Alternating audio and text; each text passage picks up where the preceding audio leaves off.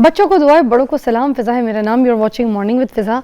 नाज़रीन, आज हमारा जो प्रोग्राम है वो जिस टॉपिक से हम स्टार्ट लेंगे, ये ना एक ऐसा टॉपिक है जिसको ना मैं समझती हूँ कि टैबू बना दिया गया है। तलाक। तलाक के बाद जो ज़िंदगी है ना औरत की, वो ज़िंदगी बना दी जाती है जिसको एक अज़ाब आप कह सकते हैं ना, कि बस उसके बाद उसकी ज़िंदगी ख़त्म।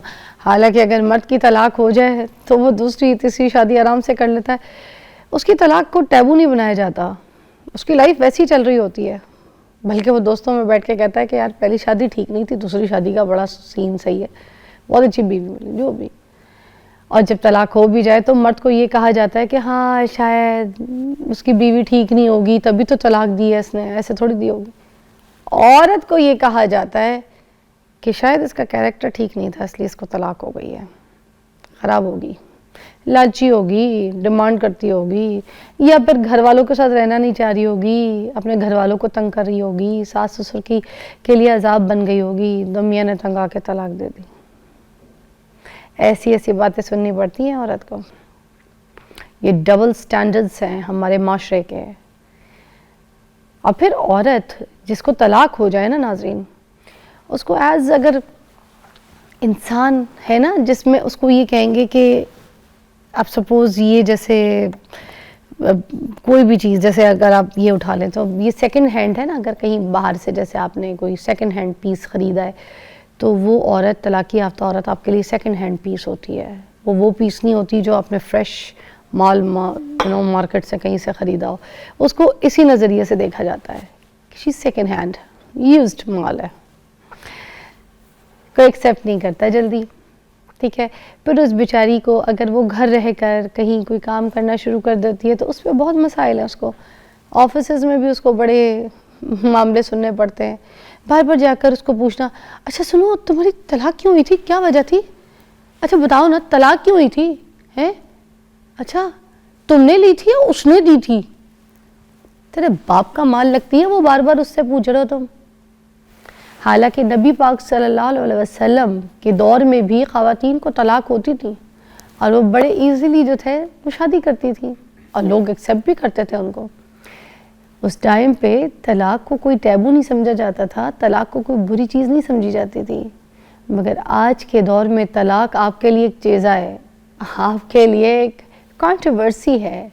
शोबिज़ में किसी की तलाक हो जाए तो उसे लथाड़ने के लिए बैठे रहते हैं आप लोग।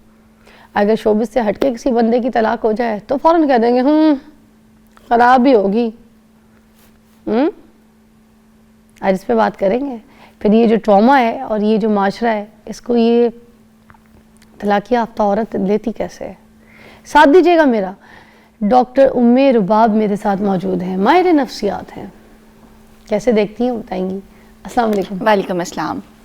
क्या कहेंगी इस टॉपिक पे? जी, अगर हम इसके डिवोर्स को देखें तो जो भी खातून है या कोई भी खातून खुशी से डिवोर्स का स्टेप नहीं लेती। अगर कोई खातून डिवोर्स खुद ले रही है तो ज़ाहिरी बात है उसमें मल्टीपल फैक्टर्स इन्वॉल्व होंगे, ऐसे मसाइल इन्वॉल्व होंगे जो अब उसकी बर्दाश्त से बाहर हो चुके हैं। वो अपने इज़्ज़त नफ्स का तहफ़्फ़ुज़ भी चाहती है, अपनी ज़हनी सुकून को भी प्रेफर कर रही है अगर वो खुद डिवोर्स की तरफ जा रही है। और अगर डिवोर्स मिल रही है तो अगेन कोई टॉक्सिक रिलेशनशिप रिलेटेड फैक्टर्स चल रहे होंगे जिसकी वजह से ये स्टेप लेना पड़ा।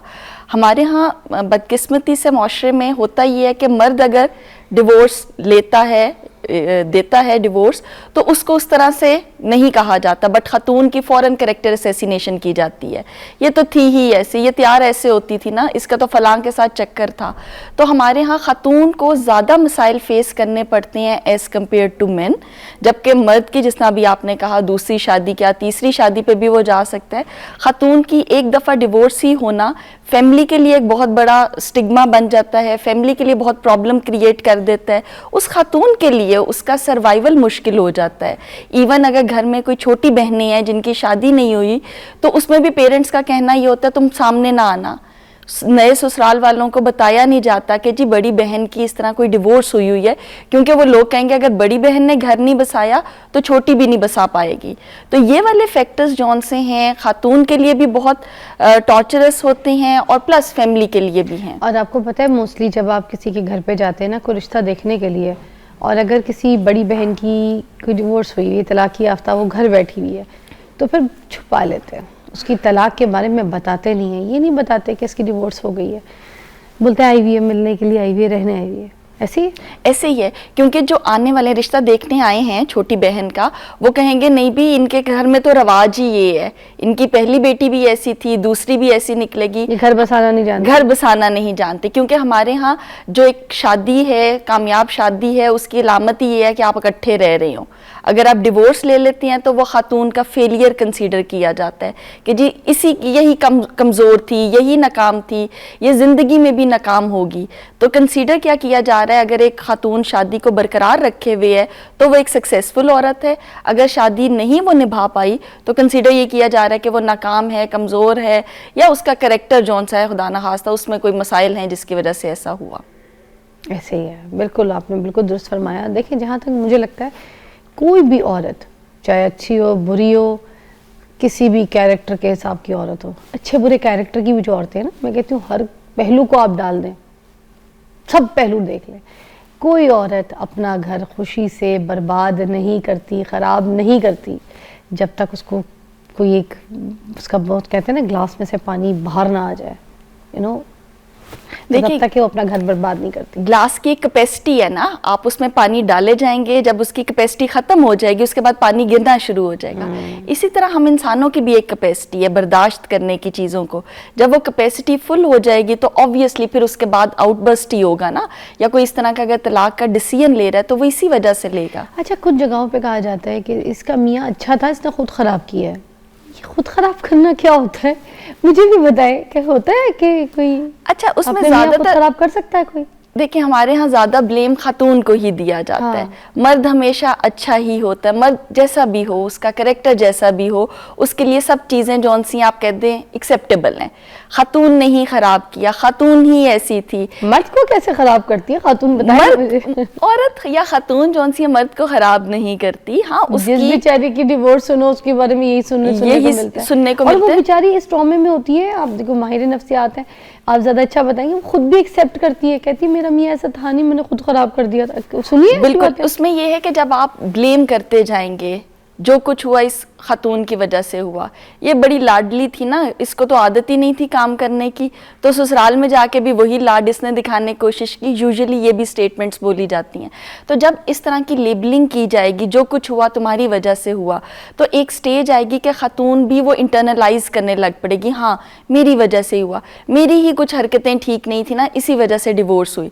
तो वो इंटरनलाइज कर लेगी, क्योंकि सपोर्ट नहीं है उसको हर कोई ब्लेम कर रहा है, वो चाहे फैमिली है, रिलेटिव्स हैं, कोई है, इन-लॉज हैं, वो सब उसी को ब्लेम कर रहे हैं। तो एक स्टेज आके वो अपने आप को हेल्पलेस फील करती है और उसको लगता है जी सब कुछ जो हुआ है वो मेरी वजह से ही हो रहा है। और कुछ जगहों पे ये भी कह दिया जाता है ना कि जैसे अगर कोई लड़की है, शादी करके गई है, उससे काम करवाया जा रहा है, उससे कमवाया जा रहा है, ठीक है, उसको फैमिली लाइफ दी नहीं जा रही, उसको सिर्फ मनी मशीन बनाया हुआ है। ऐसी बहुत सी लड़कियाँ हैं, लड़के निकम्मे हैं, लड़कियाँ आके कमाती हैं, घर चलाती है, ससुराल चलाती है, तो बाद में जब डिवोर्स हो जाती है तो वो उनको ब्लेम ठहराते हैं कि कभी आपने अपने मियाँ को बोला ही नहीं जाके काम करो, खुद कमा रही थी, कभी आपने अपने मियाँ को बोला ही नहीं ये करो, तो उस पर भी ब्लेम गेम औरत को दिया जाता है। ऐसी भी सिचुएशंस होती हैं, देखा है ना आपने, कितनी औरतें बाहर काम करी है, मियाँ घर बैठ के सो रहे हैं। ऐसे ही है। और उसमें बल्कि खातून अगर बाहर काम भी कर रही है, वो घर को भी मैनेज कर रही है, और उससे कहा जा रहा है कि क्या तुम एक्स्ट्रा कर रही हो, सब खवातीन कर रही हैं। तो बेसिकली वो जो एक्स्ट्रा काम कर रही है या घर को मैनेज करने के लिए, अपने रिश्ते को चलाने के लिए कर रही है, उसको कहीं ये चीज़ ना आ जाए कि जी मैं एक्स्ट्रा कर रही हूँ, मैं कमा के भी ला रही हूँ, घर भी मैनेज कर रही हूँ, तो वहीं पर उस चीज़ को आप कह लें स्नब किया जाता है, या वो ये जहन में ख्याल भी ना लाए कि वो एक्स्ट्रा काम कर रही है, तुम करती क्या हो, सब खवातीन ही करती हैं। तो इस तरह की स्टेटमेंट्स दी जाती हैं, वो जानबूझ के दी जाती हैं कि वो उसके जहन में ये चीज़ ना आए कि वो हस्बैंड को फाइनेंशियली सपोर्ट कर रही है, वो फैमिली को, बच्चों को लेके चल रही है। कुछ औरतें अपने मियाँ से कपड़े नहीं मांगती, जूती नहीं मांगती, चीज़ें नहीं मांगती, ठीक है। इसके ऊपर ज़रा मैं आपको एक स्टोरी सुनाती हूँ, फिर आप आइए, फिर बात करते हैं।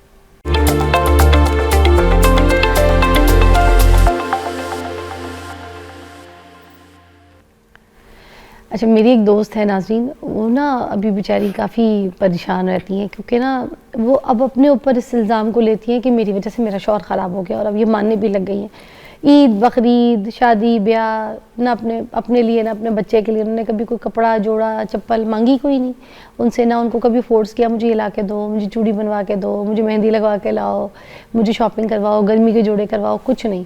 जो चीज़ चाहिए होती थी अपनी अम्मी से जाके मांग लेना, अपने अब्बू से मांग लेना, अपना सारा काम, अपनी चीज़ें जो है ना, जो जो ख्वाहिशात हैं वो अपने मैके से पूरी करवा लेना। तो मियाँ को आदत ही कोई नहीं है, ना मियाँ से खर्चा लेती है, ना पॉकेट मनी लेती हैं, जो चाहिए होता है। अब्बू ने मेरी पॉकेट मनी बांधी हुई है, अब्बू की पेंशन आती है, उसकी पेंशन की जो है ना आधी तनख्वाह मुझे मिलती है, हम 2 बहनें, मुझे और दूसरी बहन को जाती है। अब सिचुएशन उसकी मेंटल ये हो गई है नाजरीन कि वो ये कहती है कि सारी सिचुएशन मेरी वजह से हुई है, मैंने अपनी मियाँ को खुद ख़राब की है। क्योंकि उसके घर वाले भी कहते हैं, उसकी बहनें भी कहती हैं, उसको ससुराल वाले भी कहते हैं कि जो कुछ किया है तुमने खुद किया है, तुम भुगतो। अब क्या सिचुएशन है? अच्छा, उसमें कुछ चीज़ें ऐसी हैं कि शादी एक ऐसा रिश्ता है जिसमें दोनों मियाँ बीवी एक दूसरे को सपोर्ट करते हैं, एक दूसरे का साथ देते हैं।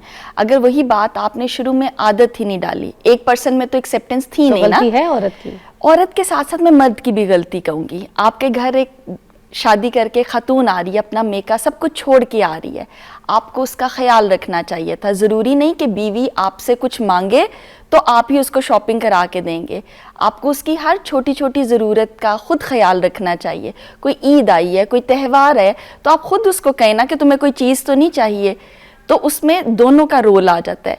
प्लस अगर खातून ये उन्होंने ऐसा किया तो उनका भी अगर हम बैकग्राउंड, मैं उसमें सिंपली ये कहूँगी कि ये ज़्यादातर वो लड़कियां करती हैं जिनके पेरेंट्स उनको बग़ैर कोई चीज़ मांगे बग़ैर ही उनको चीज़ें, उनकी ज़रूरियात पूरी करती हैं। हाँ। उनको खुद चीज़ें ला के देते हैं, तो वो शुरू से ब्रॉटअप ऐसा हुआ कि लड़की को कुछ मांगने की ज़रूरत नहीं पड़ी। हाँ। अब वही प्रैक्टिस उसने जब वो अपने ससुराल आई अपने मियाँ के साथ भी की। ऐसे है। अब मियाँ की आदत थी, अगर उस तरह देखा जाए, उसने भी नहीं कंसीडर किया भी ये खातून आई है, मेरी बीवी है, उसका राइट बनता है कि मैं उससे उसकी जरूरियात का पूछूं, तो वो बोथ साइड्स पे चला है। हाँ, दोनों का situation कसूर बड़ी worst जी, हो दो गई है। अगर देखा जाए तो दोनों ही इक्वली रिस्पॉन्सिबल हैं। ऐसा नहीं है कि सिर्फ खातून ने खराब किया, वो मर्द की भी जिम्मेदारी थी। अब बच्चा जो की। है 8-10 साल का हो गया, अब बच्चे की जो ख्वाहिशें होती हैं, चीज़ें होती हैं, अब बच्चा तो 8-10 साल का जिद करता है, कहीं बाहर निकलो तो बोलेगा मुझे ये बर्गर खिला दें, मुझे ये टॉय दिला दें, मुझे ये चीज़ लेनी है, मुझे शर्ट लेनी है, मुझे कुछ लेना है। बच्चे तो अपनी ख्वाहिश मांगेंगे। अब जब वो मांगते हैं तो उसके अंदर आदत ही कोई नहीं है, वो कहते नहीं मामा से बात करो। क्योंकि जब उसने अपनी मिसेस को ही नहीं लेके दिया, अपनी बीवी को ही नहीं लेके दिया, उसको feel तो होता जाहिर बात है उसको पता है बीवी अपने मेके से पूरा करती है, मेके वाले उसको पैसे देते हैं। बच्चा अगर कुछ डिमांड कर रहा है तो वो वही कहेगा भाई जहाँ से माँ पूरा कर रही है अपने खर्चे, तुम भी वहीं से कर लो। अच्छा, समहाउ कहीं ना कहीं जैसे हम पूरा कसूरवार जो है मर्द को नहीं ठहराते, कहीं ना कहीं थोड़ी बहुत भले 1-2 पॉइंट गलती होती है औरत की, कहीं ना कहीं सेक्रीफाइस कर जाती है कि जब जहाँ अपने हक के लिए बात करनी होती है करती नहीं है, जब उसके साथ बुरा हो रहा होता है तो उस वक्त आवाज़ नहीं उठाती। अच्छा, मुझे एक चीज़ लगती है कि जब मियाँ अगर जब डिवोर्स वाली सिचुएशन आती है, ज़्यादा तब भी आती है ना जब मियाँ कोई चीज़ उठा के फेंक के मार दे औरत पे, उठ के चांटा मार दे, किसी के सामने उठ के थप्पड़ मार दे, माँ के सामने, बहनों के सामने, घर वालों के सामने गाली दे दे, ठीक है, या उसको बोले अपने बाप के घर में जाओ, या उसके माँ बाप की इज्जत ना करे, ऐसे बहुत सारे पॉइंट्स।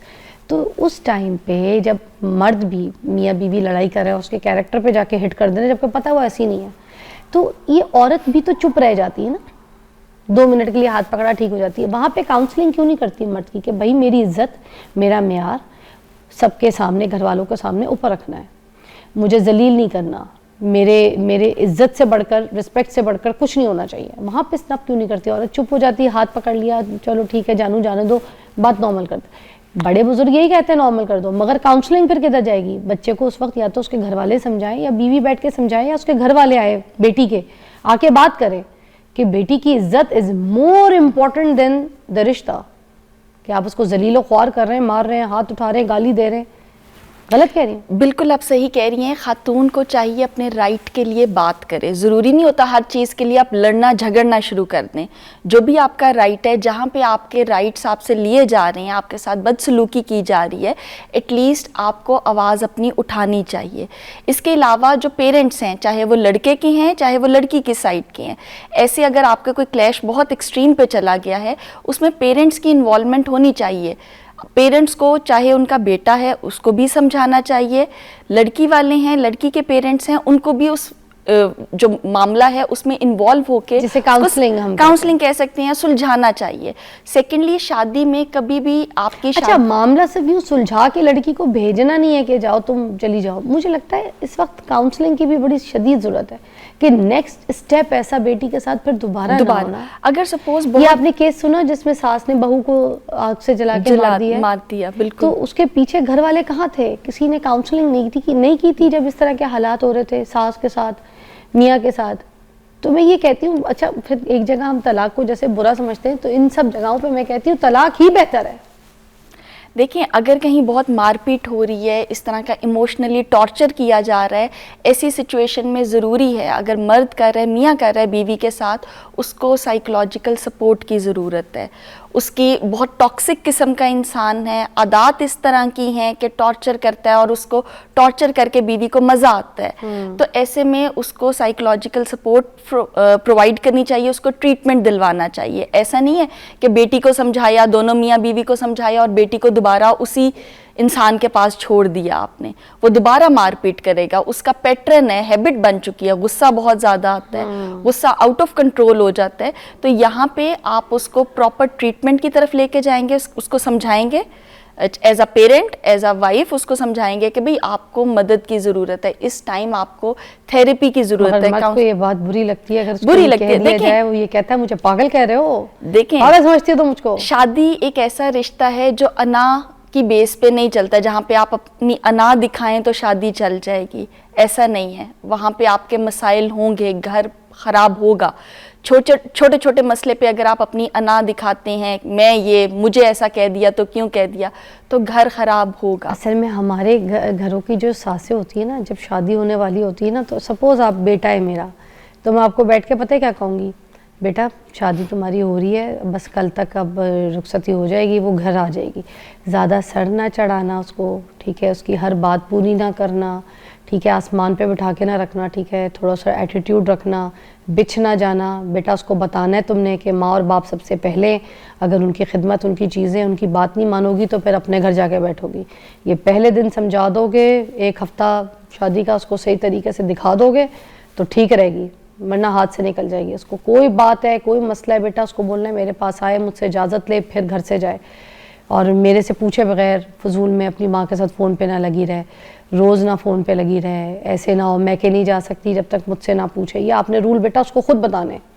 तो ये माएँ भी तो बेटों को इस तरह की कहानियाँ समझाती हैं ना कि हाथ में रखना है उसको, मुट्ठी में बेटा, सारी उसकी ख्वाहिशें पूरी नहीं करनी और पैसा इतना नहीं उड़ाना है, ठीक है बेटा, ये आपको समझ जानी चाहिए बात है, वरना फिर आप देख लें फलानी का जो हाल हुआ था आपका भी यही हाल होगा।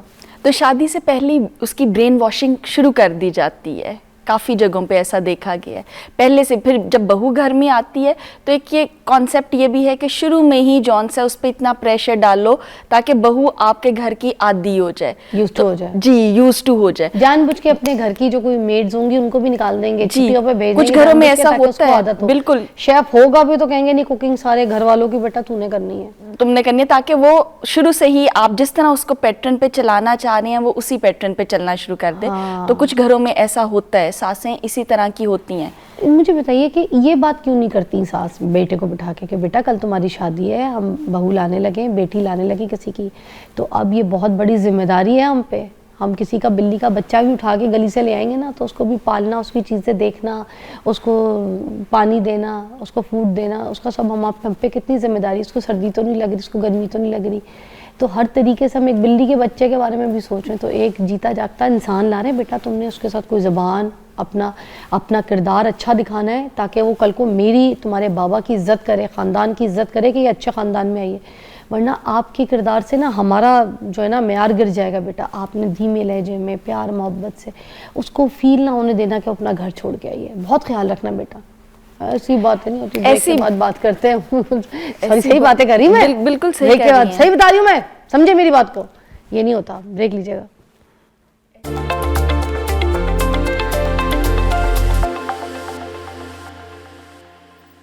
अब बताएं ना मुझे कि अगर सारी सासें ऐसे बच्चों को तरबियत देना शुरू कर दें कि किसी की बेटी ब्याह के ला रहे हैं, उसका बहुत ख्याल रखना, क्या कहेंगी? जी बिल्कुल, जिस तरह सास भी तो कभी बहू बन के आई थी ना। सपोज अगर आपने एज अ सास जब आप बहू बन के आई थी, आपने वो मसाइल फेस किए, तो आप तो बेहतर तौर पे आपको अंडरस्टैंड करना चाहिए उस बहू के बारे में कि जी मेरे साथ ये हुआ तो मेरी बहू के साथ वैसा ना हो।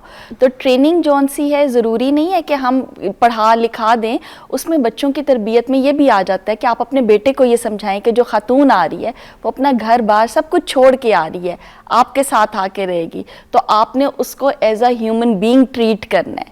जिस तरह आपकी बेटी किसी दूसरे घर में, ऐसी सासें जो होती हैं जब इनकी अपनी बेटी कहीं और जाती है तो उसके लिए वही नरम दिल होता है, हमेशा बेटी की सपोर्ट होती है। बट अगर किसी की बेटी अपने घर बहू बन के आ रही है तो वो सपोर्ट नहीं है। तो वहाँ पे सास को अपने बेटे को, या अगर ऐसी तरबियत शुरू कर दें कि भी इंसान आ रहा है हमारे घर में, उसका ख्याल रखना है। आज तुम किसी की बेटी का ख्याल रखोगे तो कल को तुम्हारी बेटी का भी कोई ख्याल रखेगा। आपको पता है ऐसे ऐसे सीन होते हैं कुछ घरों में, सासें जाती हैं बहुओं की अलमारियाँ खोलती हैं और चेक करती हैं कि बेटा लेके गया था बाहर मेरी बहू को तो दिला के क्या क्या लाया है, कपड़े क्या क्या दिलाए, और पूछ रही होती हैं कपड़ों में से ए कित्थों आया है, ए कित्थों ला के देता है, ए के किन्नू ला के देता है, करो लेके आई हो, ये कहाँ से लेके आई हो। तो टॉर्चर किया जाता है मेंटली लड़की को, और लड़की बता दे कि आपके बेटे ने लेके दिया है ना, तो फिर बेटे के पास जाके उसकी अच्छी खासी लथाड़ती हैं, उसको लाके दे दिए, तुम्हें डर नहीं है, तुम्हें खुदा का खौफ नहीं है, तुमने मुझे एक जोड़ा लाके दिया, तुमने उसको 2 जोड़े लाके दिए, कहाँ से लाके दिया ये जोड़ा उसको, मुझे क्यों नहीं दिखाया था पहले, मुझे इस तरीके का जोड़ा चाहिए था, उसको उठा के दे दिया। उसकी कोई उम्र है ये पहनने वाली, किसको दिखाएगी जा जाके ये कपड़े पहन पहन के। मेरी उम्र थी, मुझे 10 लोगों में उठना बैठना होता है, लोग क्या कहेंगे बेटा इतना कमाता है, पैसे नहीं खर्चा करता अपने माँ पे, बताओ मैं बैठ के लोगों को कैसी जिंदगी करके रखे, ये वाली बातें कर करके टॉक्सिक। तो बहू के ऊपर मतलब खर्चा कर दिया, उसको जूती अच्छे कपड़े दिला दिए, तो माँ को भी दिला दिया उसने, मगर नहीं कंपटीशन, उसको 4 दिलाएं 4 मुझे दिलाओ। असल में इसमें अगर साइकोलॉजिकली देखें तो वो कंट्रोल है ना। आपका बेटा था, आपने शुरू से कंट्रोल रखा, मेरी मर्जी से वो खाता है, मेरी मर्जी से जहाँ जाता है जाना होता है। अब जब उसकी शादी हुई या शादी हो रही है तो मदर को वो एक कंट्रोल का है कि जी कंट्रोल मेरा लूज़ हो जाएगा। अब ये बेटा जौन सा ये तो हिस्सों में बट जाएगा ना, पहले सिर्फ मेरा बेटा था तो अब ये किसी खातून का हस्बैंड भी है, तो वो जो कंट्रोल लूज़ होने वाली चीज़ है उसकी वजह से वो इस तरह बिहेव करती हैं कि क्या दिलाया, कैसे दिलाया, कितने पैसे लगे, कहाँ लेके जा रहे हो, रोज़ क्यों लेके जा रहे हो। वो वहाँ पे उनको लगता है मेरा कंट्रोल लूज़ हो रहा है, ये बेटा जो था ये मेरी प्रॉपर्टी थी एक किस्म की, तो अब ये बीवी का ख्याल रख रहा है, बीवी का ध्यान रख रहा है, तो मुझे इग्नोर कर रहा है। ये इस वजह से इस तरह बिहेव करती हैं। कुछ सासें ऐसी होती हैं सारी सारी रात बैठ के ना 4-4 बजे तक 3-3 बजे तक अपनी टांगें दबाएंगी, तो बहू कमरे में इंतज़ार कर रही है, और अगर बहू ने आवाज़ उठा दी, बेटे को बोल दिया, तो वो बेटा आगे से ये नहीं कहेगा कि हाँ मेरी गलती है, मुझे टाइम पे कमरे में आ जाना चाहिए था, मुझे तुम्हें भी टाइम देना चाहिए था। जब से आया वो माँ की टांगें दबा रहा है, माँ के पास बैठा हुआ है, बाप के कंधे दबा रहा है, बैठा हुआ है, मगर ना माँ सोच रही ना बाप सोच रहे कि एक लड़की को लेकर आए, ठीक है, वो वेट कर रही है अपने कमरे में, बर्तन शर्तन समेट के, किचन समेट के, अब वो वेट कर रही है, ज़रा उसको भी जाके उसका हाल चाल पूछो, सारे दिन की बात पूछो, उसकी भी तो थकन उतरे, औरत की भी तो थकन नहीं। उल्टा उसको जाके ये बोलेगा कि भाई तुम भी आ जाती, दबा देती, कितना सवाब का काम है, तुम्हें भी तो जलने के आके बैठ नहीं सकती तुम, अब तो एक टांग मैं दबा रहा हूँ, एक तुम दबा लो बैठ के। तो अब वो भी 4 बजे तक बैठ के टांगे दबाए, तो सुबह बच्चों को स्कूल छोड़ना या बच्चों की तैयारी करना, सुबह नाश्ते बनाना, खाना, तुम्हें ऑफिस भेजना, वो कैसे करेगी। अरे ऐसे ऐसे मसले सुनने को मिलते हैं, आपको पता है, मुझे तो लगता है पूरी दुनिया के मसले सुनने के लिए मैं बैठी हूँ, मेरे पास ऐसे ऐसे केसेस हैं, अल्लाह की कसम, ऐसे ऐसे केसेस हैं, और मैं देखती हूँ कि यार ये औरतें कैसे जिंदा, कैसे नफ्सियाती मरीज़ क्यों नहीं हो गए। और हमारे तो शोबिस की कुछ ऐसी एक्ट्रेसेस हैं जो कि उम्र रसीदा है, बच्ची भी नहीं है, मैं कहूँगी उम्र रसीदा औरतें हमारी कुछ ऐसी एक्ट्रेसेस हैं, और वो टीवी शोज़ पे ऐसे मॉर्निंग शोज़ पे बैठ के ऐसी गलत तरबियत दे रही होती है ना, और बड़े फ़ख्र से बता रही होती हैं कि मैंने तो अपने बेटे की तलाक करा दी, मैंने तो अपने बेटे की दूसरी शादी करा दी, मैं तो यूँ तो ये, मैं तो वो तो ये। भाई खुदा के लिए फिलर बुटॉक्स भरे हुए औरतों के मुंह में, खुदा की कसम, और ऐसे ऐसे बैठ के बात करती है नेशनल टीवीओ पे। इतना कोई होश और ज्ञान नहीं होता कि किसी औरत की यार कैसी जहनी कैसी तकलीफ हो रही होगी, क्या हम माशरे को सिखा रहे हैं। अच्छा आपकी अपनी बेटियां भी होती हैं आगे, अपनी बेटियां आपकी दिख भी रही है कि कैसे खुशो खर्रम दुनिया जी रही हैं, और जो दूसरी आप लेकर आती हैं उसको आप कुचल कर रख देती हैं पैरों के नीचे। ये कोई अच्छी हरकतें तो नहीं है, हम माशरे को क्या सिखा रहे हैं। फिर उसके बाद किसी बेटी की तलाक करा के उसको कहते हैं तलाकी याफ्ता, क्या घर बसाया तूने अपना, फेलियर, नाकाम औरत, तलाक, टैबू है तेरे ऊपर, तलाक की याफ्ता औरत है, किसी से शादी होगी तेरी तो यूज्ड माल है तू, बनाने वाला कौन है? ये औरतें। बात करनी चाहिए इसके ऊपर, हमें माशरे में इस पे बात नहीं करते, ब्रेक लेते हैं।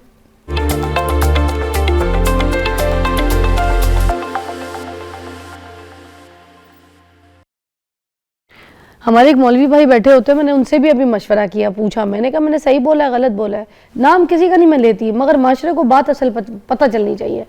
यार औरत ऐसे तो हम मार देंगे, औरत अंदर ही अंदर घुटी पड़ी है, मरी पड़ी है, उसको फिर हम जब इस तरह का टॉक्सिक इन्वायरमेंट होगा, इस तरह से टॉर्चर किया जा रहा है, तो वो ख़ातून परेशान भी होगी, स्ट्रेस में भी होगी, डिप्रेशन में भी जाएगी। और खुदा न खास्ता अगर नौबत तलाक तक पहुंच गई है, फैमिली ऑलरेडी ट्रॉमाटाइज है कि जी लोग क्या कहेंगे। हमारे यहाँ ये बहुत चीज़ है कि लोग क्या कहेंगे, हमारी बेटी को तलाक हो गई, ख़ानदान में कभी ऐसा नहीं हुआ।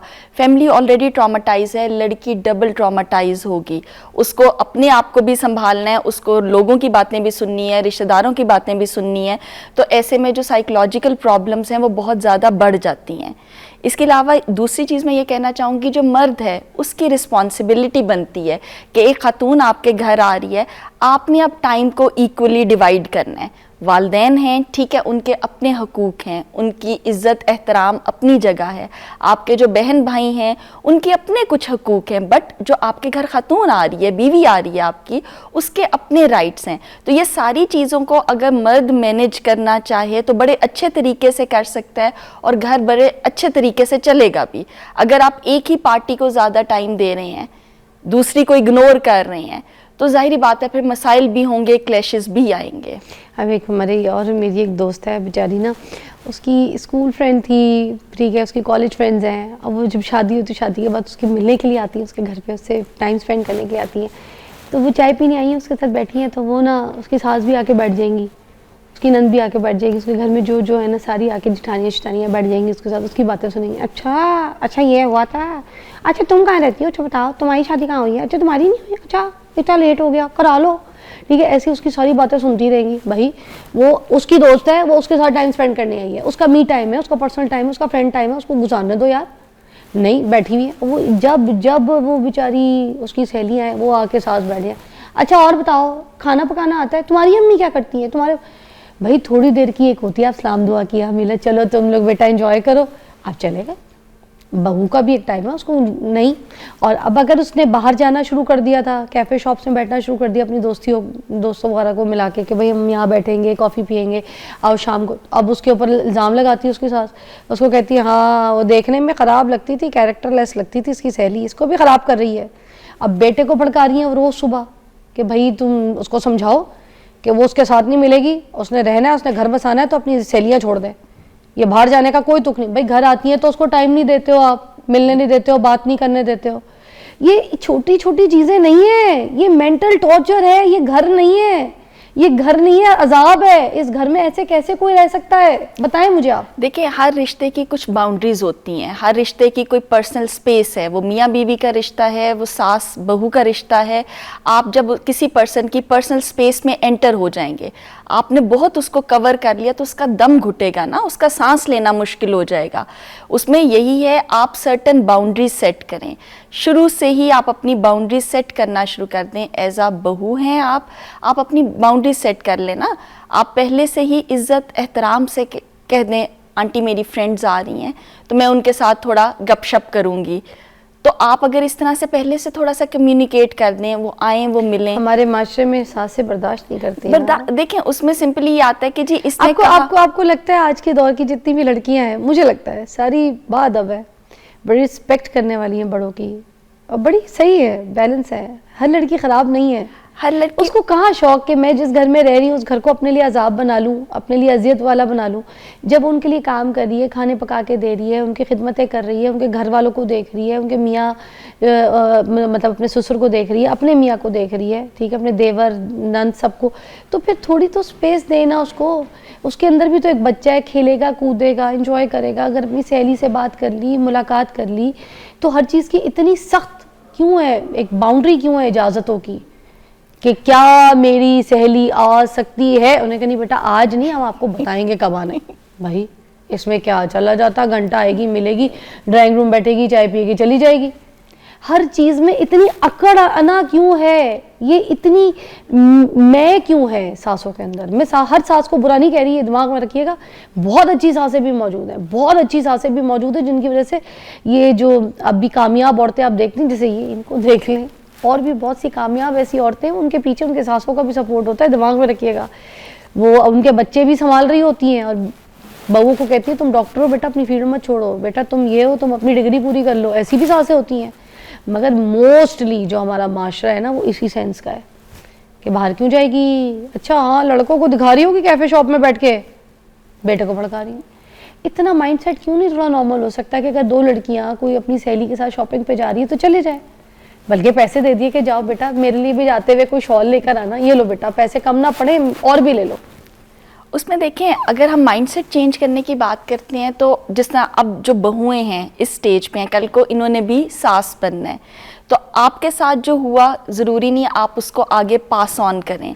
आपने जो जो चीज़ सफ़र की, जहाँ जहाँ आपको प्रॉब्लम आई, आप एज अ ह्यूमन बीइंग उस चीज़ को सोचें कि कल को जब मेरी बहू आएगी तो मैंने उसे कहाँ कहाँ फैसिलिटेट करना है। मेरे मियाँ में अगर ये प्रॉब्लम्स थी तो मैंने अपने बेटे की तरबियत कैसे करनी है, ताकि कल को जो इसके घर बेटी आनी है, बहू बन के आनी है, बीवी बन के आनी है, उसको ये प्रॉब्लम ना एक्सपीरियंस करनी पड़े। तो अगर हम ये कहें कि हम टोटली एकदम सब कुछ चेंज कर देंगे, ऐसा नहीं है। हमारी जो ये आजकल की जनरेशन है, जो आजकल की बहुएं ये सारी चीज़ें एक्सपीरियंस कर रही हैं, अगर वो खुद सोचें कि जी जो कल को मेरे घर बहू आएगी मैंने उस पर ये इस तरह के अजाब नहीं गिराने जो मेरे ऊपर गिरे, तो माशरा बहुत हद तक बेहतर हो जाएगा। बेटों की तरबियत अगर आप इस तरह से करनी शुरू कर देंगी, उससे भी बेहतरी आएगी। क्या बात है। और आखिर में एक चीज़ कहना चाहूँगी, जो मिनिस्टर लेवल तक बड़े बड़े ओहदेदार जो लोग शादियाँ करते हैं, ट्रेंडिंग पे जिनकी शादियाँ रील्स जा रही होती हैं, जिनके लड़की के कपड़े जोड़े सब कुछ डिस्कस करे जा रहे होते हैं, लड़के के भी शादी के फंक्शंस, डांसेस, इवेंट ऑर्गेनाइजर्स सब कुछ डिस्कस किए जा रहे होते हैं, वहाँ पे शायद मैंने एक भी आज तक कोई ऐसी रील नहीं देखी जिसमें मैं ये देखूं कि कोई शादीशुदा औरत की बहुत अच्छी शादी हुई हो, सिवाय मायरा खान, ठीक है, जिसको मैं एक पॉइंट कर सकती हूँ, मगर देखें ना एक दो लोग हैं, तो कोई ऐसे जिनकी डिवोर्स हो चुकी है और उसके बाद अगर उनकी कोई अच्छी शादी है और किसी ने कहा हो कि भाई मैं उसको ब्याह के लेकर आया हूँ, या फिर कोई शादीशुदा औरत, तो ये ऐसा नहीं देखा मैंने कि कोई तलाक़ी याफ्ता औरत को कोई बड़े मज़े से फ़ख्र से ब्याह के लेकर आया और बड़ा जश्न करे। ठीक है, लाएंगे तो भाई यही कहेंगे भाई हमने एहसान किया हमने तो उससे शादी कर ली। एनीवे, एक ब्रेक के बाद मिलते हैं।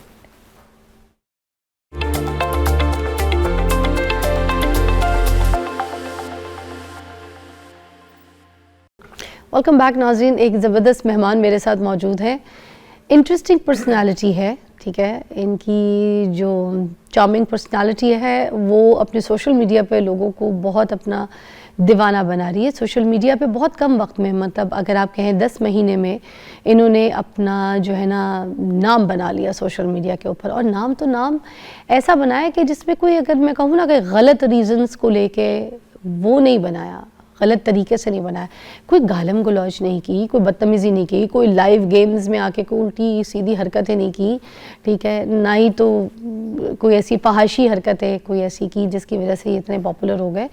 मगर इनकी पॉपुलरिटी का क्या राज है ये मैं आपको दिखाना ज़रूर चाहूँगी। ठीक है, ये स्क्रीन आप देख सकते हैं, हमारे पास जो मेहमान है, वायरल होने के लिए कोई आपको उल्टी सीधी हरकतें करने की ज़रूरत नहीं है। आप स्क्रीन पे देख सकते हैं, यहाँ पर लोगों के जहन में एक चीज़ बैठ गई है कि वायरल होना है तो ये लाजमी है, कोई गंदी बातें करो, कोई गलत हरकत करो, कंट्रोवर्शियल हो जाओ, तो उसके हिसाब से आप वायरल नहीं हो सकते। आप वायरल ऐसे भी हो सकते हैं।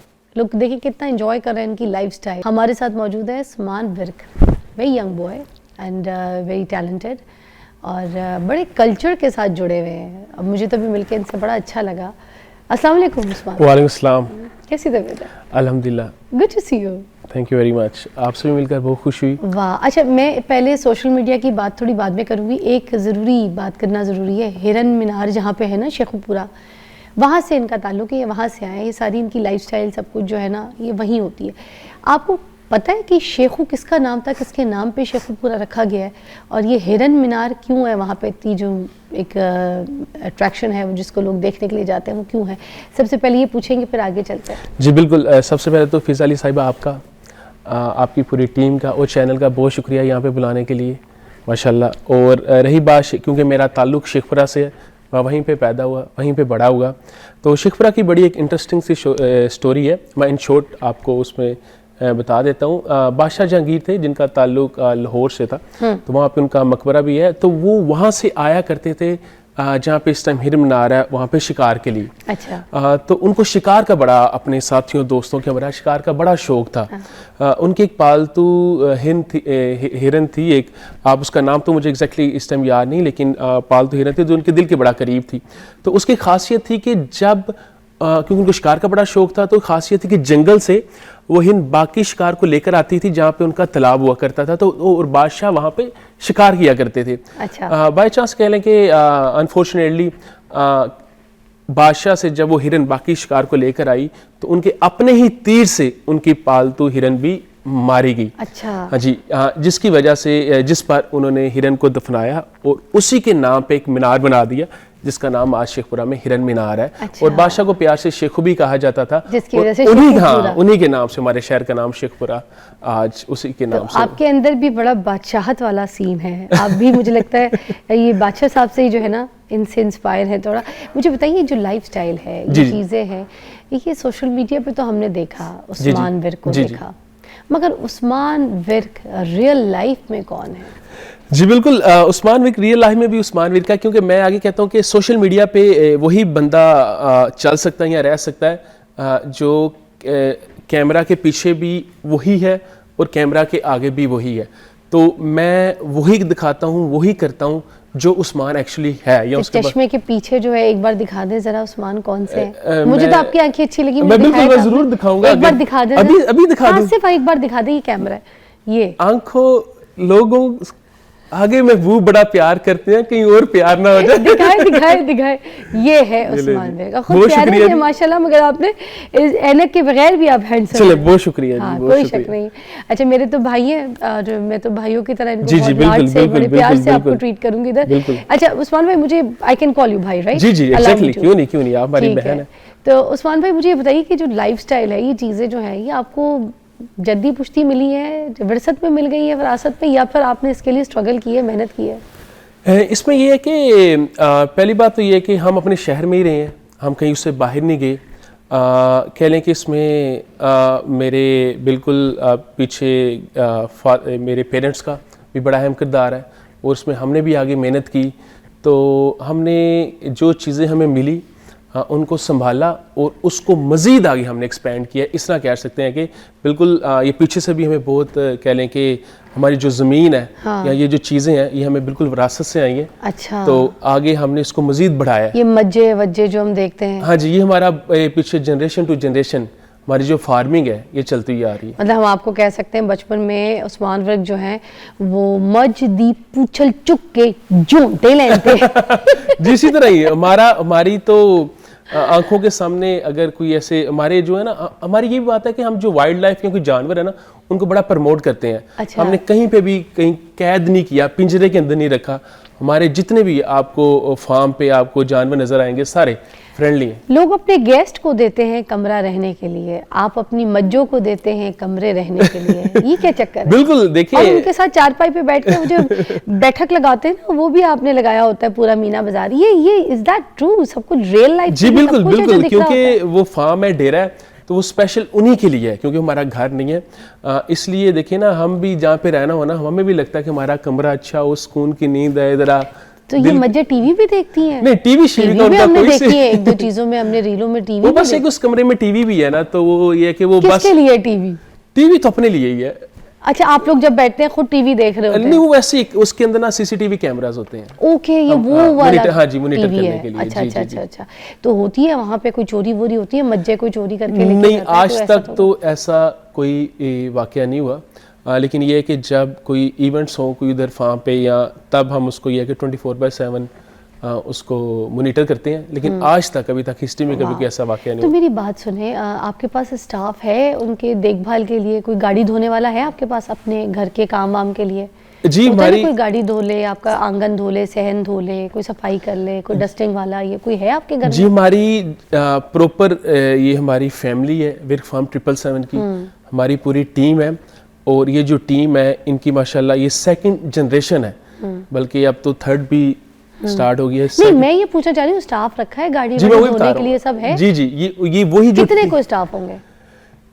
वैसे हमने कभी एग्जैक्टली इतना काउंट नहीं किया, अंदाज़न लेकिन अंदाजन कह लें कि ये सारी फैमिलीज हमारे साथ हैं। हमारे कितने कोई अंदाजन स्टाफ में कितने कोई लोग? अंदाजन मेरा घर की ख्याल है सफाई के लिए, गाड़ी धोने के लिए सब हो? हमारी जो टीम है ना सब काम कर लेती है, ये जानवरों को भी संभाल लेती है, हाँ। गाड़ियां भी हम भी साथ मिलके कर लेते हैं, तो मेरी गेस्ट बात को भी सुने, वेलकम कर लेते हैं। इतने लोग मौजूद हैं आपके पास, जी, इतना जी। स्टाफ मौजूद है, बिल्कुल। इतने लोग, उसके बावजूद आप अपनी गाड़ियां वहां धुलाते हैं जहाँ पे मज्जे नहलाते हैं। मतलब क्रूजर है, आपने उठा के पूरी आपने तालाब चे बड़ी उंदी है। जी जी जी जी क्यों? तो अब वहां पे उधर भैंस भी नहा रही है, जी, जी। उधर आपकी पूरी क्रूजर भी नहा रही है। जी, जी। मतलब क्रूजर है कि मज्जे है? देखिए ये हमारे शौक है, हमें एक तो जानवर, दूसरा मशीनरी जो अच्छा। कार्स है, इनसे बड़ा लगाव हुआ है। तो जो हम सबको बराबर रखा है वो तो बस गाड़ी खराब नहीं होती? पानी अंदर नहीं बढ़ जाता? नहीं, उनको तैयार ही उस तरह करवाया जाता है, सस्पेंशन उनकी, कि उनको कोई इफेक्ट नहीं होता, क्योंकि ये तैयार ही उसके लिए होती है।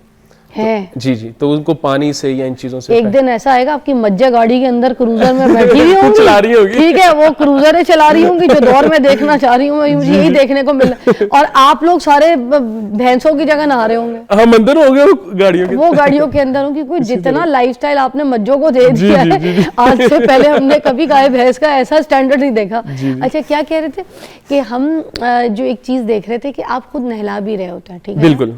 भैंसों को शैम्पू लगा रहे होते इसी तरह ही। हैं तालाब के अंदर, आप बड़े मजे से खुद क्यों नहलाते हैं जब इतने लोग हैं? तो अच्छा, क्योंकि ये बात होती है शौक और प्यार की, क्योंकि आपको ये बचपन में इतना नहलाया गया, आपने कहा, तो पतले लूं, मज्जे नहलाओ। इसी तरह इसमें ये है कि बिल्कुल ये हमारी जो ब्रीड है ना सारी, हाँ।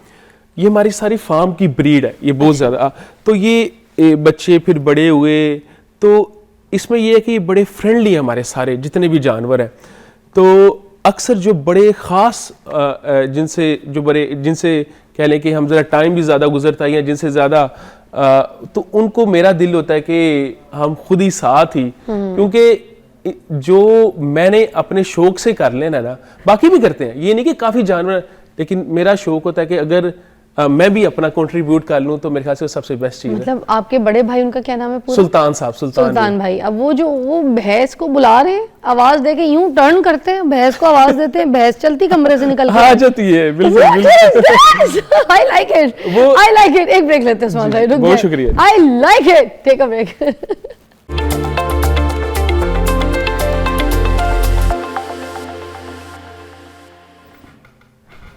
उस्मान भाई मेरे साथ मौजूद है। उस्मान विर्क, मुझे ज़रा ये भी लाइफस्टाइल के हवाले से ज़रा बात करनी है कि इतना पैसा माशाल्लाह, ठीक है, तो आप वहाँ जो शेखुपुरा में रहते हैं, तो यहाँ इधर लाहौर में, इस्लामाबाद में, कराची में, बड़ी सोसाइटीज़ में जाके लाइफस्टाइल वैसे क्यों नहीं आप टशन के साथ गुजारते हैं? बिल्कुल, वहाँ पे क्यों? बिल्कुल, लोगों का बड़ा शायद ये सवाल भी है कि शायद इनके कोई मे बी विलाज हैं या कोई अपार्टमेंट्स हैं, या मतलब कोई प्लाजा हैं लाहौर या इस्लामाबाद में। मैं ये बात क्लियर करता चलूँ, आज भी हमारे पास वही घर है जिधर मैं पैदा हुआ, और वही फार्म हाउस है जिसको हम पिछले 17 साल से इसकी मेहनत में इसको आगे बढ़ाने में लगे। घर से दूर है या उधर? हाँ बिल्कुल आसपास ही, बिल्कुल हमारी जो ज़मीन और जो घर है वो कह लें कि 2 से 3 किलोमीटर का डिस्टेंस है दोनों। अच्छा। तो इस वजह से हमारी सारी जो लाइफ है, क्योंकि हमें अपने शहर, अपनी मिट्टी, अपनी ज़मीन से बड़ी मोहब्बत है। हमने कुछ लिया या नहीं लिया, लेकिन ज़मीन को ज़रूर संभाला है और ज़मीन से बड़ी मोहब्बत की है। हम उसको छोड़ के कहीं नहीं जा सकते। हमारा दिल भी, मैं 2 ही शहरों में रहा हूँ, सिडनी से शेखपुरा, शेखपुरा से सिडनी, उसके अलावा मैं कहीं आता जाता नहीं। सिडनी में आपने पढ़ाई तालीम जी हासिल जी जी की जी है? जी बिल्कुल। कितने साल रहे हैं, कब गए थे? मैं बिल्कुल वहाँ से, मैं 10 साल से ऑस्ट्रेलिया सिडनी में हूँ, और वहीं पे मेरी बैचलर्स की डिग्री भी कंप्लीट हुई। लेकिन अब जोन से है ना, क्योंकि काफ़ी अर्सा वहाँ पे गुजार लिया ओवरसीज़, लेकिन अब मेरा ख्याल है कि ज़्यादा टाइम मैं अपने मुल्क पाकिस्तान में गुजारूं। मतलब कितने साल आपने गुजारे सिडनी में? 10 साल। 10 साल गुजार ली। शादी बनाई आपने? जी जी वाह, तो अब आपकी लाइफ तो सेट है फिर। जी अल्हम्दुलिल्लाह। है ना? सिडनी से है वो या फिर यहाँ जी जी से? सिडनी। सिडनी से। जी, जी। तो आपके मिजाज से एडजस्ट हो गई हैं? जी जी अल्हम्दुलिल्लाह। या आप उनके मिजाज के जी साथ जी एडजस्ट हो गए अल्हम्दुलिल्लाह होंगे? अल्हम्दुलिल्लाह। अच्छा, ये कितने शर्मीले, मैं बेगम का नाम भी नहीं लेना चाह रही, तुम्हें भी समझ आ गया नहीं कि जी, इनको शर्म आ रही। अल्हम्दुलिल्लाह। नहीं, घोड़ों ऐसी के बात नहीं शौक जी। के ऊपर बात करना चाहूंगी, कोई ये ऐसी कहाँ बात से नहीं। पैदा हुआ आपको, कौन सा? घोड़ों का शौक? हाँ, घोड़ों का शौक ये है कि हमारा ये मेरे बाप दादाओं से, मेरे फादर से, ग्रैंडफादर से चलता हुआ आ रहा है। उनको भी बड़ा शौक था, आगे मज़ीद वो चीज़ हम में भी आ गई। तो ये है कि घोड़े तो फार्म की रौनक होती हैं, और ये है कि रब ने उसमें बरकत भी बड़ी डाली है। तो इस वजह से कि हम कभी घोड़े से गिरे बहुत दफ़ा हमने जब ये सवारी मैंने अपनी सीखी, जब हम तो मेरा ख्याल है बड़ी छोटे जख्मे, बड़े कुछ जख्म ले के बढ़ के आगे आए हैं, लेकिन ये है कि आहिस्ता आहिस्ता फिर इंसान ट्रेन हो जाता है। तो आगे जो गाड़ियों का आपको शौक है, उसके बारे में बताइएगा। हमने देखा कि पट्ठे लेके गाड़ी के अंदर आप लोग फिर रहे हैं, ठीक है।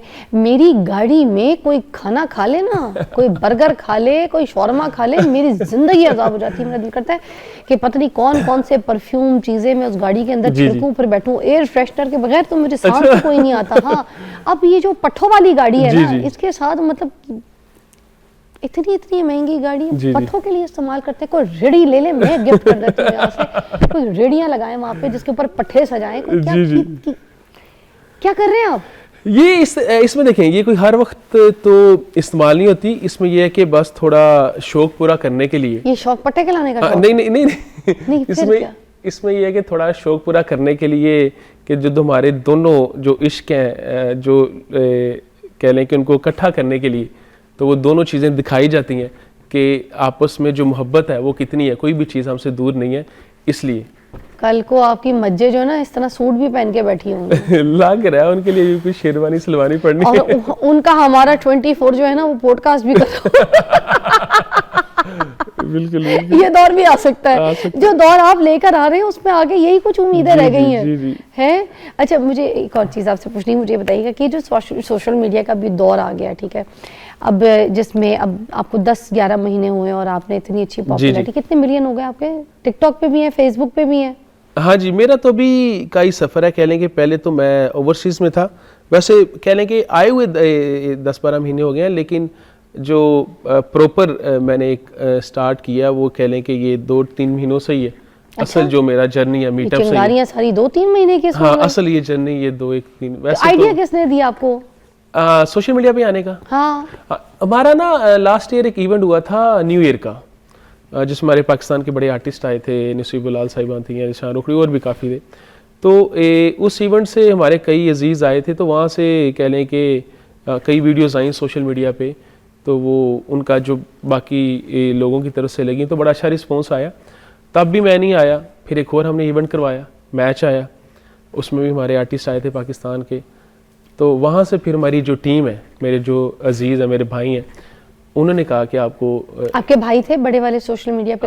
नहीं, वो थे, लेकिन वक्त में तो बिल्कुल नहीं था। हाँ। वो थे लेकिन बहुत कम, इतना रेगुलर नहीं थे वो भी। आपने अपने उधर फार्म हाउस में कोई जिम बनाया है? नहीं, वहाँ पे जिम नहीं है, लेकिन स्पोर्ट्स काफ़ी हैं। अच्छा, क्योंकि एक और आप कर सकते हैं जिम में ना, नई चीज़ के मज्जे चुक के, तो है ना, आप अच्छी अपनी एक्सरसाइज कर सकते हैं, क्योंकि जितनी को मुझे मज्जे दे दी। अच्छा, अब ये मुझे बताइए, ये जो गाड़ियों में पट्टे रखते थे आप, ये जो गाड़ियाँ ख़राब हो जाती हैं, बदबू तो हो जाती होगी इसका? बिल्कुल भी नहीं, इनकी कोई स्मेल नहीं है, कोई कुछ भी नहीं है। आपको रह के नहीं आती? हाँ, ये है कि हम उनमें ज़रा इतना घुल मिल गए हैं कि हमें फील नहीं होता, लेकिन उनकी कोई स्मेल नहीं है, कुछ भी नहीं है। हमारी साफ सुथरी जगह है। हमें तो लगेगी ना, नहीं, हम बिल्कुल, तो पहली बार आप आएंगे, जब तो मर्जी है, आपने कहना है ये तो मुझे वो लग ही नहीं रहा जो चीज़ होनी चाहिए। जिस तरह हवेलियों में जाते हैं, क्योंकि इनकी हाइजीन, इनके जो सा सफाई का, इसका प्रॉपर डेली बेसिस पे इसको हम बड़ा इस पे गौर व फिक्र करते हैं, ताकि क्योंकि वो भी जानवर है बेशक, लेकिन तो मच के जो गोबर होते हैं, जी, उनकी भी पिलाई शिलाई, उनसे भी आप काम लेते हैं? उसको बिल्कुल, उसकी आगे होती है, आराम की जितना होता है काम चल रहा है थोड़ा बहुत, बिल्कुल उसको भी साथ लेके टीम है, वो भी साथ चलती है। ये भी एक बिजनेस वेस्ट वगैरह, बिल्कुल हर चीज़ को प्रॉपर तरीके से मैनेज किया जाता है। हाँ, अब आपके पाकिस्तान से बाहर कोई ऐसे बिजनेसेस हैं? बिल्कुल, मेरा ऑस्ट्रेलिया में भी है, उधर भी मैं काम करता था, उधर भी 1-2 कंपनी है, और बाकी पाकिस्तान में भी हैं। किस चीज़ की कंपनी है आपकी? हमारे पास ये रिटेल स्टोर्स हैं, उनके कॉन्ट्रैक्ट हैं, उसके बाद थोड़ा इंपोर्ट एक्सपोर्ट का है। फिर कह लें कि ये थोड़ा साथ लेके काम चलते हैं, मेजर यही है। अच्छा, आपका फोकस क्या है आगे, आपके फ्यूचर प्लान्स क्या है, आप किस तरीके से आगे अपने आप को देखना चाहते हैं? सोशल मीडिया से तो बहुत प्यार मिल गया आपको, तो आगे किस तरह से अपने आप को लेके चलना चाहते हैं? उस्मान विर्क के फ्यूचर प्लान्स क्या है? बिल्कुल, इसमें ये है कि सोशल मीडिया के फ़ायदे भी बड़े हैं, मोहब्बत भी बड़ी है। दूसरा ये है कि इंसान फैमिली से दूर हो जाता है थोड़ा। मेरा ख्याल है इन 2 महीनों पे मैंने पूरे 2 घंटे भी फैमिली को नहीं दी। अच्छा, बिल्कुल 2 घंटे मुश्किल है टोटल मिलाया जाए तो मैं अपनी फैमिली के पास जब से आया हूँ 2 महीनों में मैं नहीं दे पाया। ये सीन भी। अच्छा, आपने जो जलसा किया था जिसमें इतनी आवाम आई, कितने लोग थे टोटल? वो जो मीट एंड ग्रीट का आपका सीन था? वैसे मैं एक चीज़ बताता चलूँ तो वो एक अनलिमिटेड था, क्योंकि मैं देख रहा था जहाँ पे मैं स्टेज पर था, एक तो वो पूरा जो पंडाल था आगे वो पूरा पैक था, हाउसफुल था। कितनी देरें पकाई थी उसके लिए? उसके लिए इतना खास तो खाना नहीं था, लेकिन ये था कि हमारा ये था कि जो टोटल कितनी देरें थी? मैंने देरों की वीडियो देखी थी ऊपर शॉट जो आपने जी बिल्कुल बिल्कुल, क्योंकि हमारे घर में आए थे, हमारे मेहमान थे सारे, तो हमारे ये बड़ी अच्छी बात है। हाँ खाने जी, तो हमारे घर में मुझे अच्छा लगा ये हमारे घर में कोई आता है तो हम कोशिश होती है कि जिस हद तक हमारी कोशिश। बहुत अच्छा साइन है ये, बुराई नहीं है, अच्छाई में आपकी मैं तारीफ कर रही हूँ।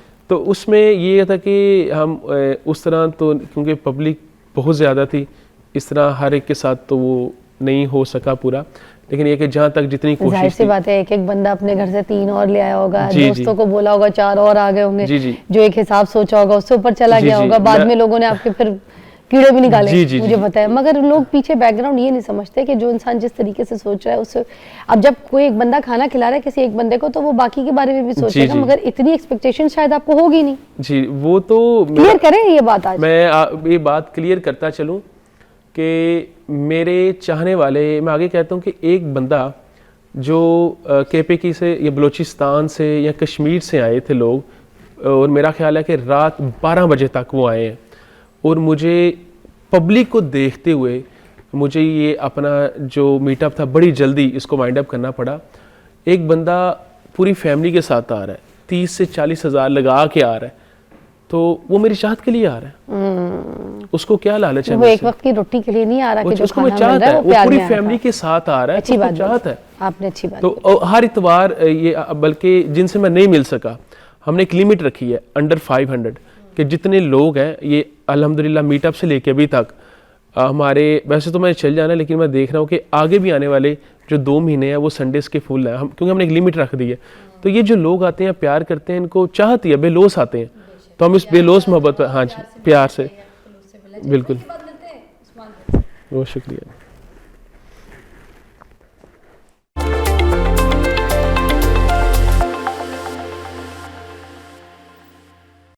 Welcome back. उस्मान विर्क से बातें कर रहे थे हम लोग। क्रिकेटर्स जो हैं, आपकी बड़ी तस्वीरें हैं उनके साथ, ये जेन्युइन तस्वीरें हैं या फिर ये एआई की बनी हुई तस्वीरें हैं? जी, मैं पहले तो यह कि मुझे क्रिकेट का बड़ा लगाव है, बड़ा शौक़ है क्रिकेट से। प्लेयर तो इतने खास नहीं, लेकिन शौक़ बहुत है। ना करें, ये तस्वीरें ना ये। जी।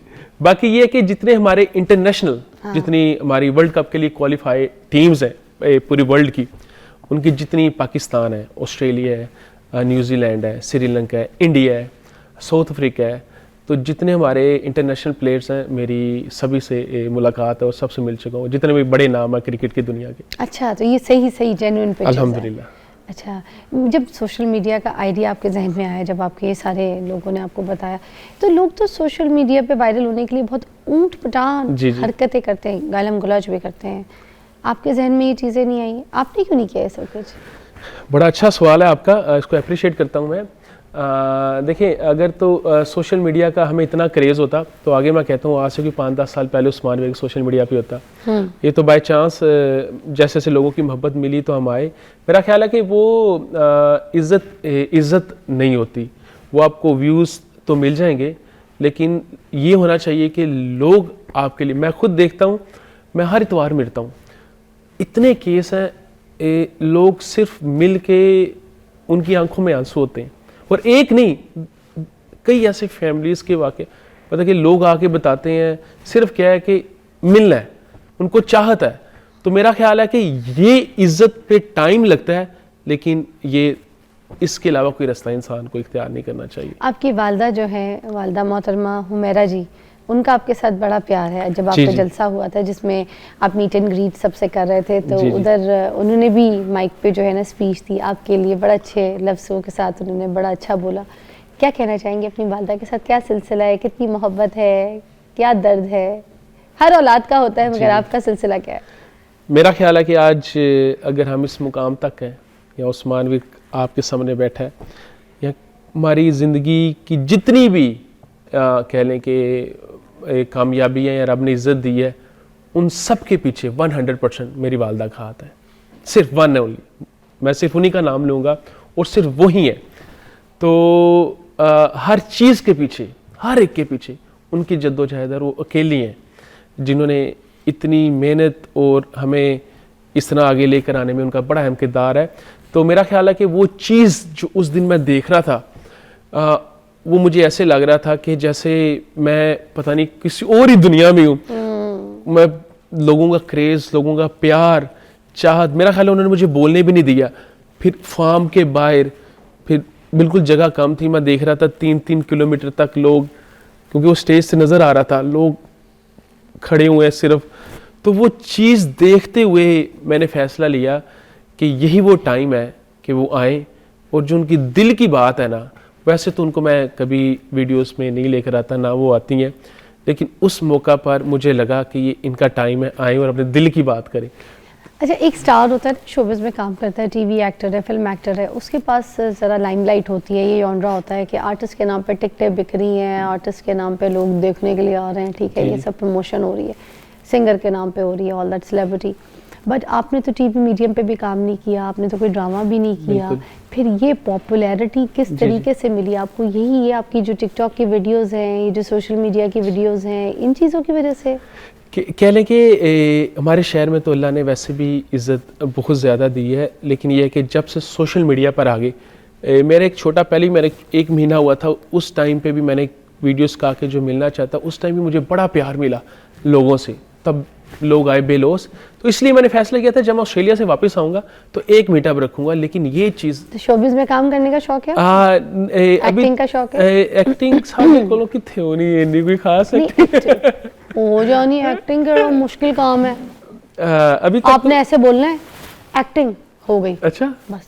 चले तो ये तो कोई मुश्किल काम नहीं है। कभी सोचा आपने कि अपने लिए कोई अभी तक ड्रामा, तो- कोई अपने लिए कोई फिल्म प्रोड्यूस करें? जी अभी तक तो कोई लुक तो है आपकी हीरो जैसी है। चले ये आपका प्यारा चाहत है।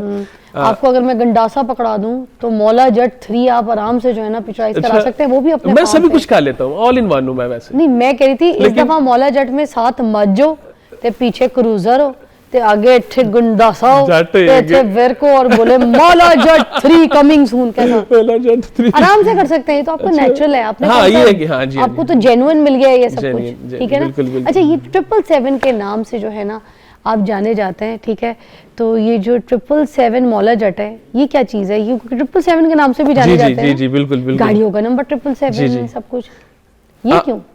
बिल्कुल हमारा ये चेन स्टार्ट हुई इस नंबर 7 से, बहुत पहले की बात बता रहा हूँ। टाइम के साथ हमने उसको चेंज कर लिया 777 पे। ये हमारी फैमिली का भी एक कह लें कि मुश्तरका फ़ैसला था।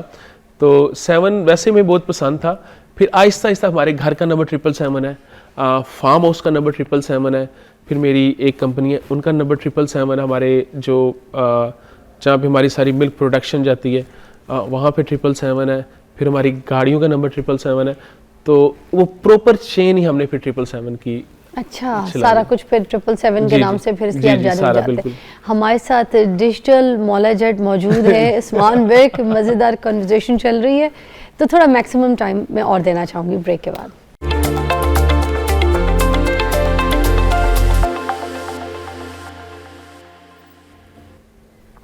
उस्मान भाई हमारे साथ मौजूद है। उस्मान विक, मुझे बताइएगा कि ये जो बाइक्स आप लोगों को गिफ्ट करते हैं, लोगों को बड़ा बांट रहे होते हैं, भैंसे वगैरह भी दे देते हैं, ये क्यों? फार्म में जगह कम हो गई है, रखने की कोई जगह नहीं है, क्या करते हैं? अच्छा, ये रियल में देते भी है? ये तो बात सच है, हमारी जो ब्रीड है वो इतनी है कि हमारे पास जगह बिल्कुल इस टाइम उस फार्म पे भी कम है। लेकिन ये कि बिल्कुल मैं नहीं, इस वो मीटअप था, तो सिर्फ मीटअप पर ही हमारे जो फार्म की जो ख़ास, क्योंकि जितनी मोहब्बत लोग जिन्होंने मेरे लिए आना था, चाहत करके आना था, मेरा दिल था उतनी मोहब्बत और चाहत मैं भी उनको दिखाऊं। तो जो हमारी ब्रीड थी, हमारी कोशिश की कि हमारी जो महबूब है उन तक पहुँचे। तो आपने कितनी कोई भैंसें दी? एक भैंस और एक हमारा फार्म का बुल था, वो हमने अपने मीटअप वाले दिन। और बाइक? 3 बाइक्स थी। 3 बाइक्स भी दी जी आपने? जी जी जी। और आपने देखा कि जिन लोगों को आप दे रहे हैं मुस्तहिक भी हो, जिनको ज़रूरत भी हो, या फिर जिनके पास ऑलरेडी थी उनको बोल दिया भाई तेरी? और मज़े की बात यह है कि वो उन्हीं के पास गए हैं जो लोकल आए थे, या मतलब जिनके पास कोई सवारी नहीं थी। अच्छा। और मेरा ख्याल है कि अल्हम्दुलिल्लाह बड़ा अच्छा फैसला, बड़े जो मुस्तहिक जो वाकई जिनका हक बनता था उन्हीं के पास गए। बड़ा दिली तसल्ली मिली होगी, जी, अच्छा बड़ा लगा। बड़ा सुकून, बड़ा अच्छा लगा। कोई एनजीओ भी बनाने का आपने कभी सोचा है कि कोई ऐसी एनजीओ जहाँ पे मज्जे रखी जा सके, किसी मज्जों के लिए कोई एनजीओ? एनजीओ कोई ऐसी मज्जों का एनजीओ खोलेंगे। आपको लगा मैं किसी इंसान के बारे में आपके लिए इंसान से बढ़ के हैं मज्जे। जानवर बिल्कुल हमारे कमरों में रखा हुआ है आपने उनको, चारपाइयाँ उनके लिए लगाई है, टीवी वो देख रहे हैं, गाड़ियाँ उनके साथ ना आ रही है महंगी से महंगी। अब मुझे बताएं ना, पट्टे उधर से खिला रहे होते हैं, डिग्गी खोल के। उनकी एक बड़ी खास वजह है, इनसे ना कह लें कि बड़ी रब सबके ये चीज़ ऐसी है फार्मिंग कि इसमें बरकत बड़ी है। मैं आपको एक बात सारी क्लियर करता चलूँ, अगर आपके साथ 10 हैं, 20 हैं, 50 हैं, जितनी फैमिलीज है ना, ये ऐसी चीज़ है कि इसमें बरकत बहुत है। आप जो मर्जी बिजनेस कर लें, ये सबसे बेस्ट है। मैं इस चीज़ का कहता हूँ। देखें, अब मुल्क के जितने बुरे अच्छे हालात कुछ हो भी जाएं, आपको फर्क नहीं हाँ जी, पड़ना। प्रॉफिट हम एक साइड पे कर दें। यस, मेरा ख्याल है कि सबसे बड़ी बात है इसमें बरकत बहुत है।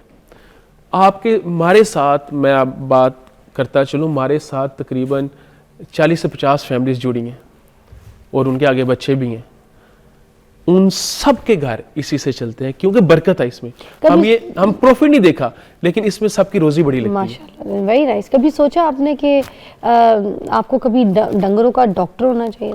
नहीं, वैसे तो मेरी डिग्री उसमें नहीं, लेकिन है कि हम थोड़ी जान पहचान वैसे ही रखते हैं। अब आपको पता सब कुछ होगा उनका कि आप पांचा सारा कुछ अपने थोड़ा हिसाब बहुत से पता है, बिल्कुल अब पता चल गया। पता चल इनकम के बारे में भी आपसे पूछना चाहूंगी मैं, कौन से बिजनेस से कितनी कोई इनकम आ जाती है, ताकि आप जो बंदा है देखने वाला, अगर वो भी कोई इस तरह की फार्म का कोई बिजनेस करता है और इस तरह से लोग अपने मज्जे वगैरह रखता है, तो उसको पता हो कि कितनी कोई इनकम जो है जनरेट हो सकती है कितनी को मज्जों से।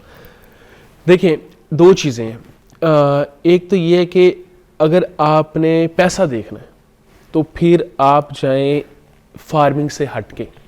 अगर आपने पैसा नहीं है इसमें इतना, मैं इसके क्लियर कर रहा हूँ। और अगर आपने इज्जत, शौक और बरकत देखनी है तो इससे बड़ा कोई बिजनेस नहीं है। तो बरकत तो रिस्क में ही आ जाती है तो हाँ, तो वही कह रहा कि इसमें ये है कि ये रब की तरफ से हमारा ये बिलीव भी है, हमारा ये। मगर आपने बात घुमा दी, पैसा नहीं बताया मुझे। देखिए, बरकत तो रिस्क में ही है। मैं इस बिल्कुल बता रहा हूँ, इसमें आपका देखिए यकीन होना चाहिए। अब हर एक का देखिए, हर एक का अपना है कि वो 2 चीजें, एक होती है ये जो गाय है और एक है बफलो, भैंस। ऐसे ही है, इनमें फर्क है। हमारे जो लोग है ना, वो दूध पसंद करते हैं भैंस का, ठीक है। अब भैंस वही रखेगा जिसको शौक है, क्योंकि इनकी लुक आफ्टर, इनकी जो देखभाल है ना, वो मुश्किल है। और दूसरे गायें आ जाए तो इसमें आपको प्रॉफिट, पैसा थोड़ा ज़्यादा मिलता है और ये आगे फैक्ट्रीज में जाता है। लेकिन ये लोग इतना पसंद नहीं करते। जिसने भैंस रखी है उसको शौक है, और जिसने पैसा कमाना उसने गाय रखनी है। सबसे महंगी भैंस कौन सी है आपके पास? कौन कौन सी नस्ल की है जो सबसे महंगी होती है? हमारे पास जो ब्रीड है पाकिस्तान की है, और ये हमने बड़े मुख्तलिफ जगहों से ली है। महंगी इसलिए नहीं कह सकते क्योंकि अब तो उनकी आगे भी ब्रीड होगी, फिर उससे भी आगे होगी, तो हमारी कोई कीमत नहीं है किसी जानवर की, ठीक है। तो हमारी नस्लें कौन कौन सी हैं? जैसे साहिवाल की नस्ल होती है ना, नीली, रावी। जी, ये मिक्स है, सारी मिक्स है। अब तुम्हारी अपनी ब्रीड बन गई है। अब तो वो अपनी मिक्स हो गई, कोई मिक्स हो गई, कोई एक पता नहीं क्या बन गया। तो अच्छा, अब 777 ब्रीड हो गई है। आप कह सकते हैं कि ये 777 आगे जो ब्रीड है ना सारी, ये वही चल रही है। बात का जवाब मुझे फिर भी नहीं दिया आपके भाईजान ने, है कि कितनी कोई इनकम बंदा कमा सकता है, कितनी कोई मजे रखे, थोड़ा तो आइडिया दे। देखिए, हमारे ये है कि मैं आपको बता रहा हूँ कि जितने हमारे साथ लोग हैं या हम हैं, उनका ये कि रब जो रोटी है 2 टाइम का रिज्क है वो चला रहा है सबका इससे। अरे वाह, इतना है कि सारे अल्हम्दुलिल्लाह खुश फिर हैं। निकल गए पतली गली से निकल नहीं नहीं नहीं, मैं कित्थों निकला ताड़े कोल पतली गली है बैठा कोई, वो जाते। मुझे नहीं पता वो कौन सी अंदरून की पतली गली है जहाँ से निकल। नैब से डर रहे हैं या मुझसे या नहीं नहीं नैब नहीं, से? हमें इस चीज़ का डर नहीं है, हमें हम आपको, क्योंकि मैं सच्ची बात, क्योंकि ये इसकी कोई फिक्स अमाउंट नहीं होती। देखें अगर हमारे पास में भी अगर 60 भैंसों का दूध है, में भी अगले महीने वो 40 पे आ जाए, 40 वो ऊपर नीचे होता रहता है, इसकी फिक्स अमाउंट नहीं है। लेकिन मैं इसलिए इतना कह रहा हूँ कि आप हमारे जो फार्म है, हमारे अखराजात हैं, या हमारे साथ जो लोग फैमिली जुड़ी है, सबका हिस्सा हाँ, साथ अल्हम्दुलिल्लाह, उनको भी इतनी सी दे चीज़, दिला के कहानियां अल्हम्दुलिल्लाह। होती हैं। उस्मान भाई अच्छे इंसान हैं आप, मुझे आपके अंदर बहुत कोई शुक्रिया बुराई जी। नहीं दिखी, और सोशल मीडिया पे बड़ा डिफरेंट सा कंटेंट है, जी, क्योंकि जी। एटलीस्ट लोग उसको देख के एंटरटेन भी होते हैं, ठीक Exactly. है। और आपके फार्म पे इंशाल्लाह कभी चक्कर लगेगा तो हम आएंगे, एक बार आपकी जितनी भी मजे हैं उनको देखेंगे, कोई शो भी रिकॉर्ड करेंगे आपके साथ। एग्जैक्टली, जरूर हम ठीक है। आपको इनविटेशन भी देंगे। बिल्कुल, आप इनविटेशन जरूर दीजिएगा, क्योंकि देसी घी का कोई पराठा खाएंगे हम, ठीक है। मूलियों वाला टाइम तो चला गया और अभी मछली वाला टाइम भी चला गया। हर चीज ही देसी आपको मिलेगी। अच्छा, 2 दिन में आपकी सेहत बन जाएगी। ना करें 2 दिन में, फिर आपने सेहत बनानी है, आप चाह रहे 2 दिन का शो प्लान ये आपका प्यार है, मगर ये कि अल्लाह ताला आपको जी, सेहत जी। जिंदगी बहुत दे। शुक्रिया जी, आपकी thank you अम्मी very के लिए much। बहुत दुआ है, वालदा के लिए आमीन। बहुत प्यारी, मुझे अच्छी लगी उनकी वीडियो और बड़ी बहुत दिल शुक्रिया। को टच की मुझे। ये आपने शुक्रिया। खास उनको मैसेज जी, दिया जी, है मेरा, बिल्कुल, बल्कि कि आपका अल्लाह पहुंच ताला चुका है। ऐसी खूबसूरत प्यारी माए जो इतने लाड से अपने बच्चे के लिए जी, जी। जिस तरह के लफ्जों का चुनाव करके वो बोल जी, रही जी। थी, अल्लाह उनको बहुत खुशियां दे। आमीन सेहत। आमीन आमीन। आपको कैसा लगा, कुछ कहना चाहेंगे तो फिर हम शो वाइंड अप करें। जी, मुझे पहली बात तो ये है कि मैं फर्स्ट टाइम मिला हूँ, और मुझे आपकी नेचर, आपकी गुफ्तगू से बड़ा मैं मुतासिर हूँ, और एक प्रोफेशनलिज्म नज़र आता है। बहुत शुक्रिया, जैसे देखा था आपको वैसे ही आके लगा, बहुत और शुक्रिया। बड़ी इज्जत और रिस्पेक्ट आपसे लेकर जा रहे हैं। अब भाई है मेरे, मैंने आपको बोल दिया, कभी कोई मसला, कोई काम, बहुत कोई शुक्रिया। चीज होनी है, आपने बहन को एक मैसेज पहुंचा जी जी, आपने कह दिया हमारे लिए, ये लफ्ज़ ही आपके जो वर्ड्स हैं ना, ये बहुत बड़े हैं। जज़ाकल्लाह, बहुत खुदा हाफिज़, शुक्रिया। अपना ख्याल रखिएगा। अल्लाह हाफ़िज़।